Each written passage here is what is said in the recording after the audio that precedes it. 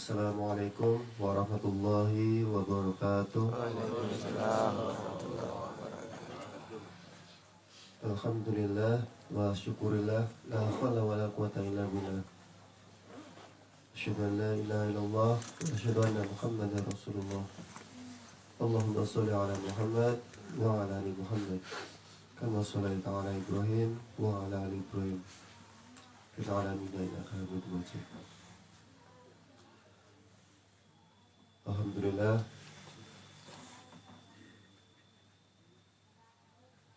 segala puji syukur kita haturkan pada Allah Subhanahu wa taala, yang mana hari ini Allah terus memberikan kenikmatannya kepada kita semuanya, baik nikmat sehat, nikmat waktu, maupun nikmat yang lainnya yang kita tidak akan mungkin bisa untuk menghitung-hitungnya. Terlebih nikmat hidayah yang Allah berikan kepada kita.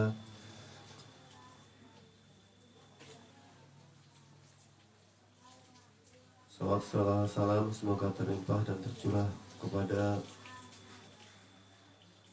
junjungan kita Nabi Muhammad SAW, dan juga kepada para sahabatnya, para keluarganya, serta para seluruh umat di akhir zaman.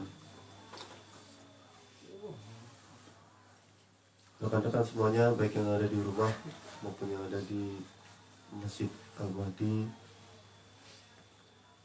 hari ini saya akan bacakan sebuah mimpi dari saudari kita Mbak Imas. Yang mimpi ini terjadi di tanggal 15 Agustus 2025. Ini saya lihat dari mimpi ini sebenarnya ada ketersambungan dari mimpinya Mas Ayib. Nah, kalau mimpi ini kalau mimpi Mas Ayib kan melihat bahwa saung di Bukit Lebah itu terlihat megah, mewah, besar gitu kan. Masjid ya, iya masjid. Masjid itu terlihat megah dan mewah dan besar. Tapi kalau dilihat di mimpi Mas ini masih dibangun. Terlihat masih ada semen-semennya ya, bekas-bekas semen gitu. Dan langsung aja saya bacakan mimpinya.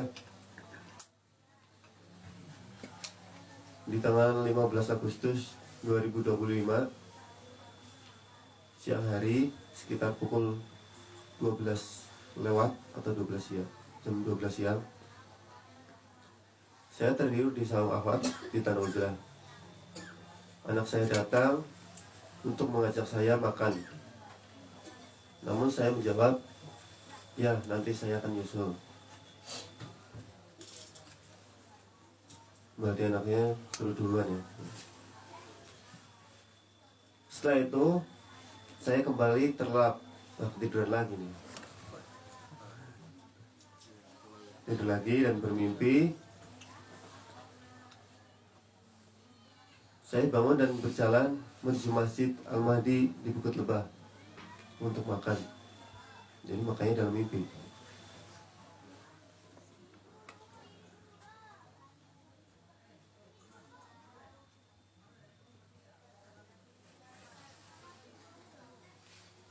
Sampai di musola, saya masuk dan beliau terkejut. Masya Allah, masjidnya tampak tinggi, besar, berwarna putih, dan seperti sedang dibangun. Jadi memang di sini Pak Imas melihat masjidnya begitu besar, megah dan berwarna putih, seperti sedang dibangun. Padahal kalau kita lihat masih seperti ini ya.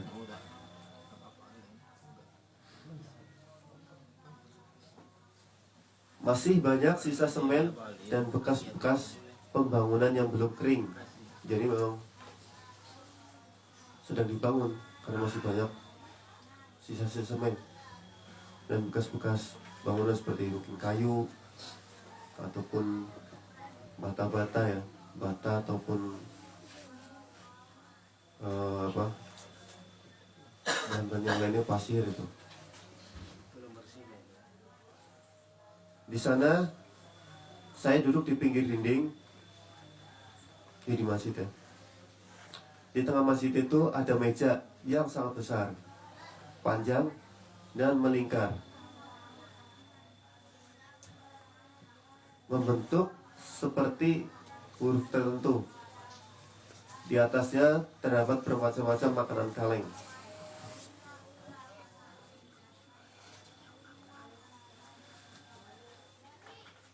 Ternyata ada dua orang asing seperti orang Tionghoa. Satu meja dijaga oleh satu orang. Lalu salah satu dari mereka seperti mengadakan perlombaan tentang hadis. Jadi,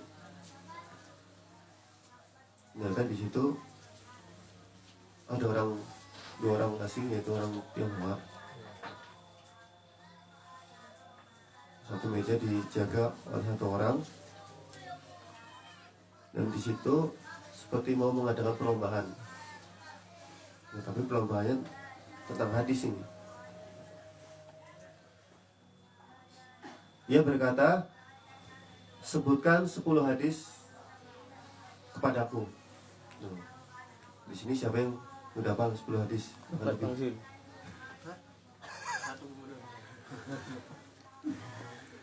alhamdulillah nih ada ketersambungan ya. Jadi kita untuk menghafal minimal 10 hadis dalam 1 bulan. Alhamdulillah ini ada ketersambungan Minimal. Ya, karena kita tahu, karena banyak kan orang udah tua ya. Orang sudah tua, otaknya juga mungkin udah tua juga ya. Tua lihat kiri.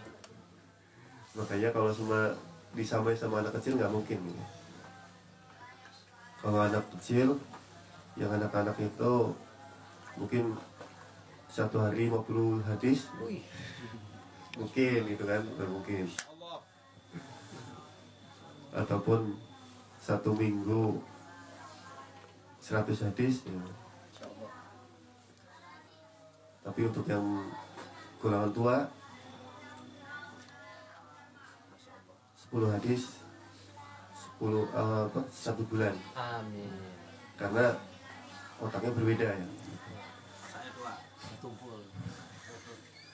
Depan. Ya. Otaknya otak-otak. Semua orang terdiam. Bu Sri terlihat bingung dan berkata, hadis apa ya? Karena tidak ada yang menjawab. Oh. Karena memang di sini udah tua-tua ya.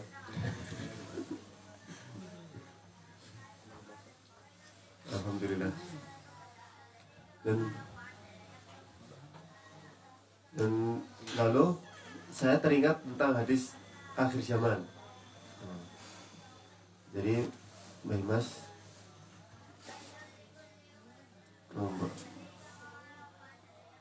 Mbak Sri, jadi Mbak Sri yang menjawab, yang teringat tentang hadis akhir zaman.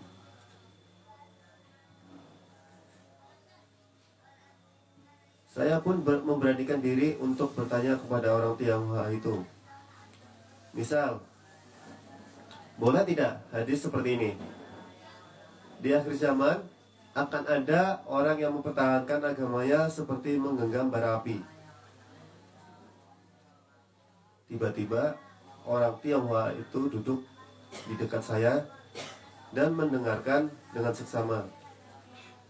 Saya pun menjelaskannya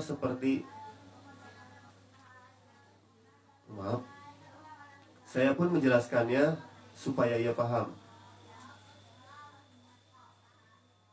Meskipun saya berbicara sambil meraba-raba ingatan tentang akhir zaman, mimpi pun berakhir.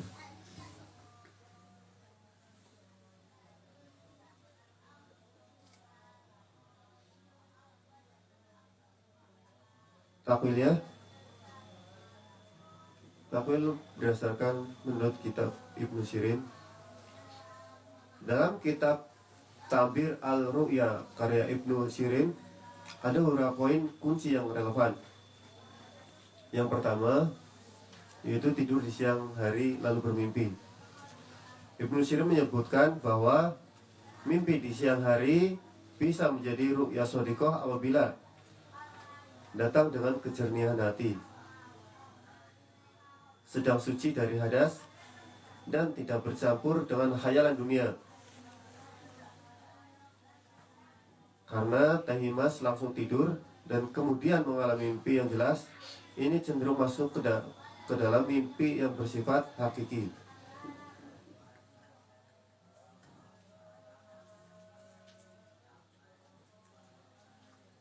Masjid putih besar yang sedang dibangun. Menurut Ibnu Sirin, masjid atau musola dalam mimpi melambangkan ilmu, ketaatan, dan perkumpulan orang-orang soleh.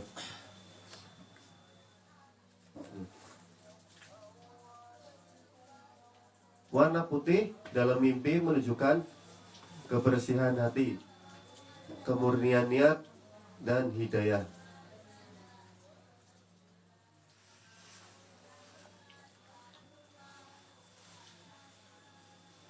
Masjid yang sedang dibangun melambangkan proses penyempurnaan dakwah atau persiapan besar untuk sebuah amanat umat.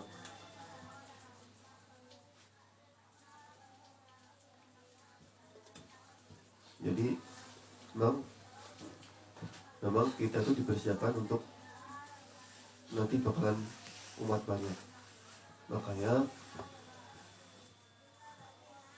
di kita di sini kita mulai berlakukannya murabi. Nah, sebenarnya itu untuk persiapan untuk ke depan. Murabi di sini, sebagaimana kita tahu di sini, untuk mempersiapkan untuk mencetak para murabi baru. Jadi memang untuk kedepannya bisa akan lebih banyak lagi murabi lagi.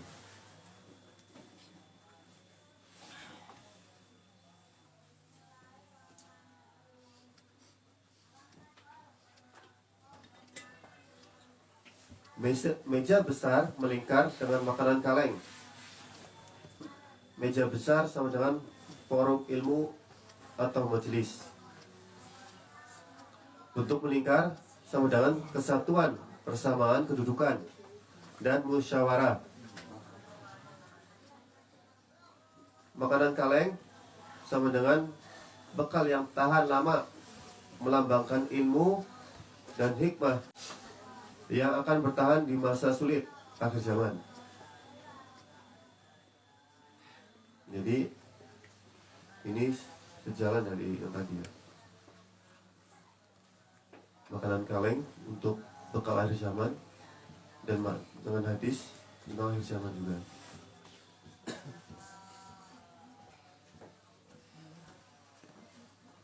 Orang asing seperti Tionghoa. Dalam penafsiran Ibnu Sirin, orang asing bisa bermakna pembawa ujian atau penyampai pertanyaan yang menguji kadar ilmu dan keimanan. Nah, siap-siap buat kita untuk diuji. Untuk diuji masalah keilmuan, terutama masalah hadis. Mungkin dengan ayat juga sama. Hari ini kita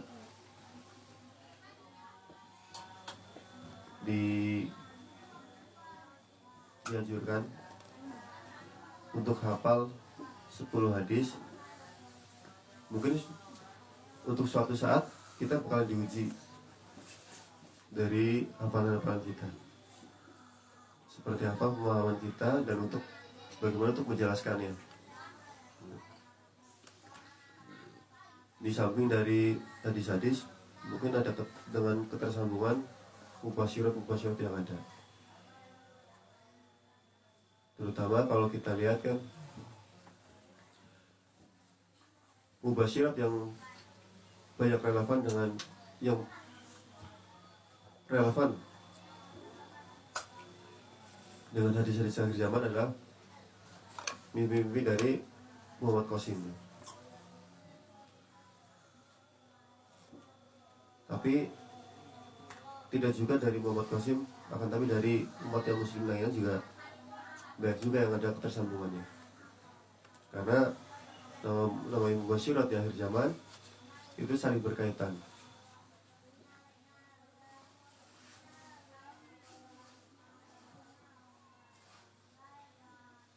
Lanjut. Perlombaan menyebut 10 hadis. Pertanyaan tentang hadis sama dengan ujian tentang agama yang bukan sekedar hafalan, tapi pemahaman. Angka 10 menurut Ibnu Syirin melambangkan kesempurnaan minimal dari sebuah tanggung jawab.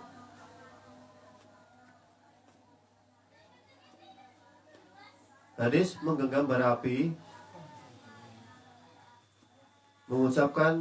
mengucapkannya di mimpi melambangkan peran sebagai pemberi peringatan dan peneguh iman di masa fitnah.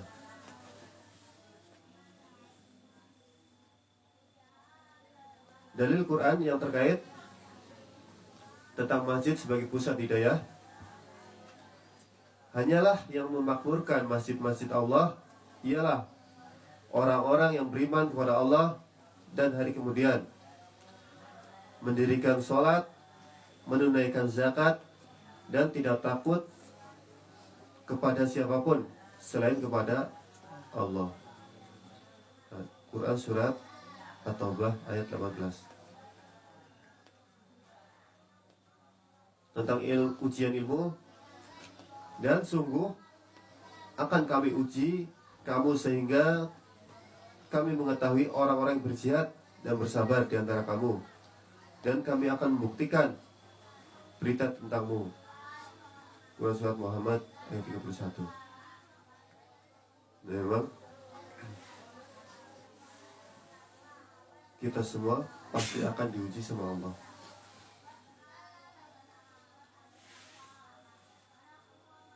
Kita diuji sebenarnya Allah untuk melihat,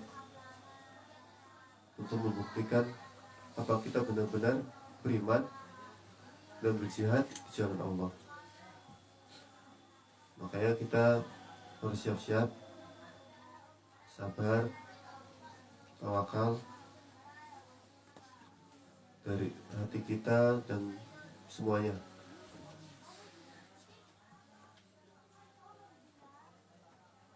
Tentang kesatuan umat, dan berpeganglah kamu semuanya kepada tali agama Allah, dan janganlah kamu bercerai-berai. Quran Surat Ali Imran. Dari hadis yang menguatkan, hadis menggenggam bara api, Rasulullah SAW bersabda, akan datang kepada manusia suatu zaman, orang yang sabar berpegang kepada agamanya seperti orang yang menggenggam bara api. Hadis riwayat Tirmizi nomor 2260, dan ini sahih. Tentang masjid akhir zaman, Rasulullah SAW bersabda, sebaik-baik tempat di muka bumi adalah masjid, dan seburuk-buruknya adalah pasar. Hadis riwayat Muslim nomor 671. Tentang fitnah ilmu, akan datang kepada manusia tahun-tahun penuh tipuan. Pendusta dipercaya, orang jujur didustakan. Pengkhianat dipercaya, orang amanah dianggap khianat. Dan yang berbicara adalah Ruwaidibiyah. Ruwaibidah. Dan ini sudah terjadi atau belum? Orang-orang tahun-tahun di mana banyak tipuan, penuh dengan tipuan. hari ini sudah banyak, baik dari sudah di segala sisi, di segala bidang, termasuk di agama pun sama. Orang yang syirik, orang yang banyak syirik banyak lebih dipercaya daripada orang yang benar-benar menegakkan tauhid.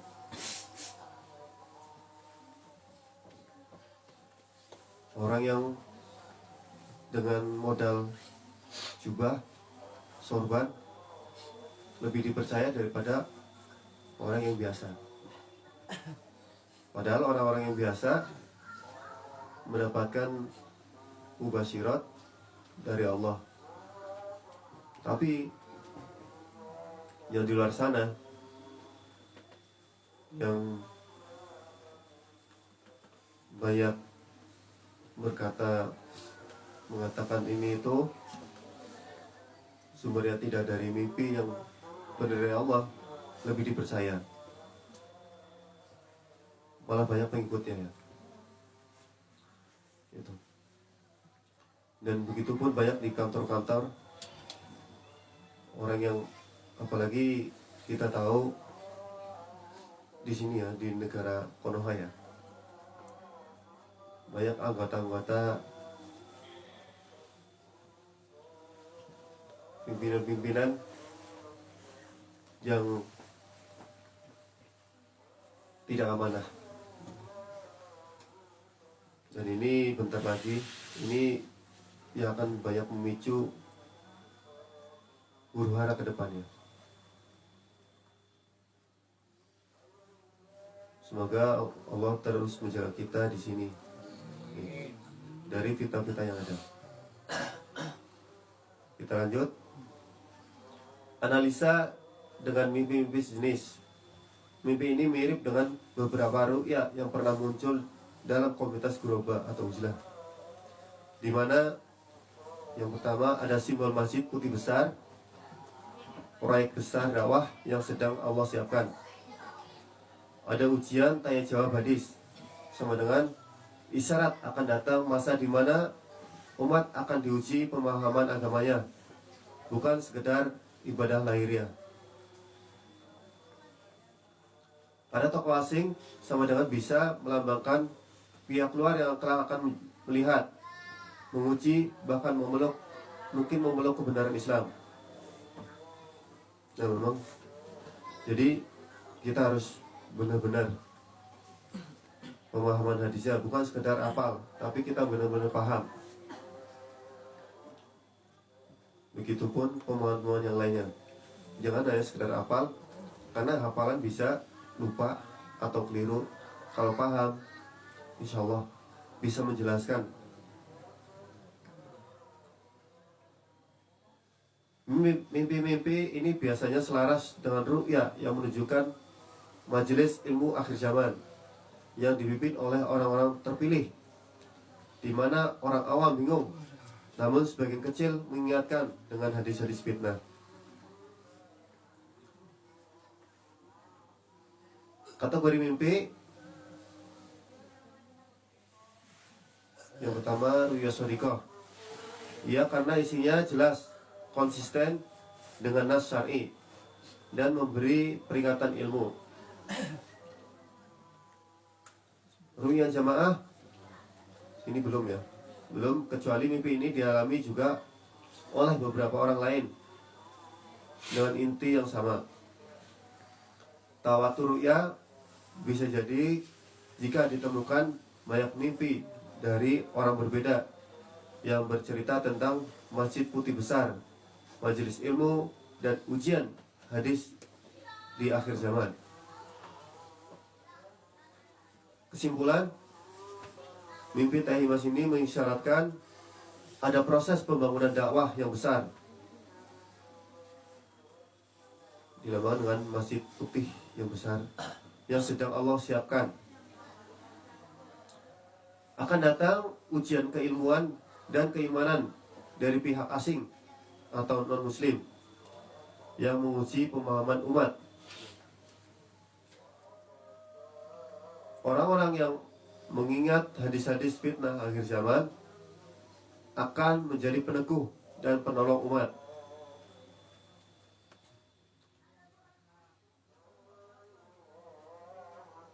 Mimpi ini termasuk ru'ya shadiqah yang berfungsi sebagai peringatan ruhani untuk memperkuat ilmu hadis, khususnya yang berkaitan dengan fitnah akhir zaman.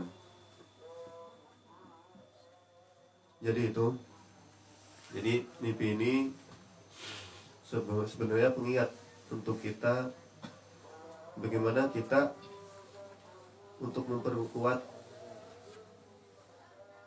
pemahaman tentang ilmu hadis kita, terutama tentang hadis-hadis akhir zaman, karena kita sudah berada di penghujung akhir zaman. Mungkin itu yang bisa saya sampaikan dalam kesempatan ini. Kurang lebihnya saya mohon maaf. Adapun kebenaran hanya milik Allah, kesalahan dari saya pribadi. Maka dari itu saya mohon ampun kepada Allah dan mohon maaf yang sebesar-besarnya. Maka dari itu saya akhiri, billahi taufik wal hidayah. Wassalamualaikum warahmatullahi wabarakatuh. Waalaikumsalam warahmatullahi wabarakatuh.